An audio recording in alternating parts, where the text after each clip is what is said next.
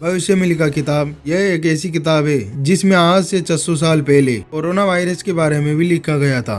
1 जनवरी 2024 में आए जापान के भयंकर भूकंप के बारे में भी लिखा हुआ था। और आज भविष्य में होने वाला तीसरा विश्व युद्ध जो कि न्यूक्लियर विश्व युद्ध होगा उसके बारे में भी लिखा हुआ है। भविष्य में ऐसे खतरनाक भूकंप आने वाले हैं जिससे कहीं पहाड़ नदियां बन जाएगी और कहीं नदियां पहाड़ों में तब्दील हो जाएगी। यह किताब भविष्य बताती है कि आगे दुनिया में क्या होने वाला है।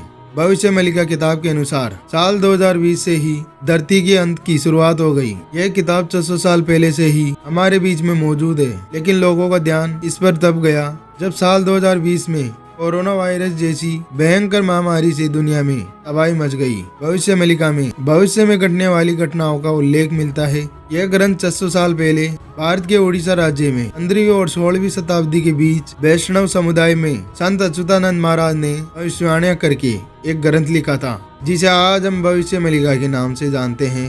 संत अच्युतानंद महाराज द्वारा रचित इस ग्रंथ में भविष्यवाणियां की गई है जो ताड़ के पत्तों पर लिखी गई है। इस किताब पर जगन्नाथ भगवान की फोटो है और यह फोटो इसलिए लगी हुई है क्योंकि यह किताब उड़ीसा के जगन्नाथ मंदिर से बहुत अच्छी तरह से जुड़ी हुई है। असल में इस किताब के जरिए उड़ीसा का जगन्नाथ मंदिर ही इस दुनिया को यह संकेत देता है कि कलयुग का अंत होने वाला है। तो चलिए जानते हैं आखिर भविष्य में लिखा किताब क्या बताती है। अगर आप भी मेरे चैनल पर नए हैं तो वीडियो को लाइक करके चैनल को सब्सक्राइब कर दीजिए। जगन्नाथ मंदिर में मौजूद बरगद का पेड़ और कोरोना वायरस के बीच एक कनेक्शन है। भविष्य में लिखा में 600 साल पहले लिखा हुआ था कि जगन्नाथ मंदिर के पास जो पूजनीय बरगद का पेड़ है जिसका नाम कल्प वृक्ष है, जो कि भगवान खुद पेड़ के रूप में है, वो अगर किसी भी कारण से उखड़ गया तो समझ जाना कलयुग का अंत नजदीक है और दुनिया में एक ऐसी महामारी आएगी जिससे लाखों लोग मारे जाएंगे। और हुआ भी कुछ ऐसा ही। अप्रैल 2019 में उड़ीसा में फैनी साइक्लोन आया जिसे 600 साल पुराना बरगद का पेड़ जड़ से उखड़ गया, जो 600 सालों से न जाने इतनी आंधी और तूफानों को झेलने के बाद भी खड़ा था। और इस घटना के 6 महीने बाद ही एक ऐसी महामारी दुनिया में फैली जिसने लाखों लोगों को मौत की नींद सुला दी,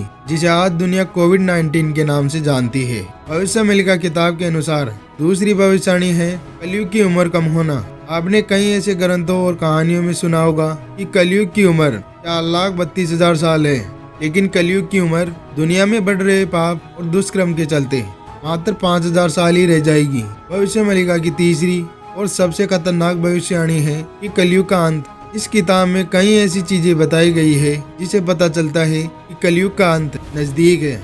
जैसे इस किताब में लिखा है कि सूर्य जो मनुष्य को जीवन प्रदान करता है वह जीवन लेने वाला बन जाएगा। जो सूर्य हमें जीवन देता है वही हमारी मृत्यु का कारण बन जाएगा।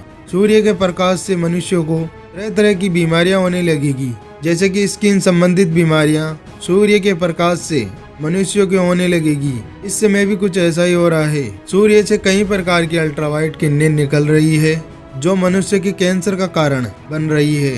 कई लोगों को कैंसर सूर्य के कारण भी होता है। ऐसा एक साइंटिस्ट ने अपनी एक स्टडी में पाया है कि सूर्य की किरणें कई गंभीर बीमारियां पैदा करती है।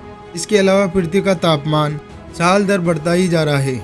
जिस वक्त किताब लिखी गई थी उस समय भक्ति काल का युग था। लोग उन दिनों ईश्वर की भक्ति में लीन रहते थे और कई संत और महापुरुष इसी काल में पैदा हुए थे। जैसे गुरु नानक जी का जन्म भी उसी समय हुआ था। अगली भविष्यवाणी के अनुसार विश्व का मौसम बदलने लगेगा, जिसका कारण मानव द्वारा की गई गलतियां ही होगी। जो पेड़ काटे जा रहे हैं और अन्य प्राकृतिक संसाधनों को बर्बाद किया जा रहा है, उससे मौसम में परिवर्तन आएगा।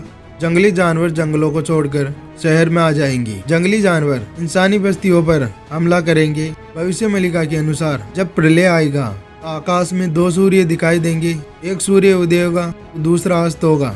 इस प्रकार ग्लोबल वार्मिंग बहुत बढ़ जाएगी। ये दूसरा सूरज कहाँ से आएगा इसके बारे में साफ नहीं बताया गया है। रात के अंधेरे में लड़ाई होगी। पृथ्वी चारों तरफ से बादलों से ढक दी जाएगी। कई दिनों तक अंधकार में पृथ्वी डूब जाएगी। जो युद्ध होंगे वह रात के अंधेरे में ही होंगे। दोस्तों, अगर यह जानकारी आपको अच्छी लगी हो तो वीडियो को लाइक करके चैनल को सब्सक्राइब कर दीजिए।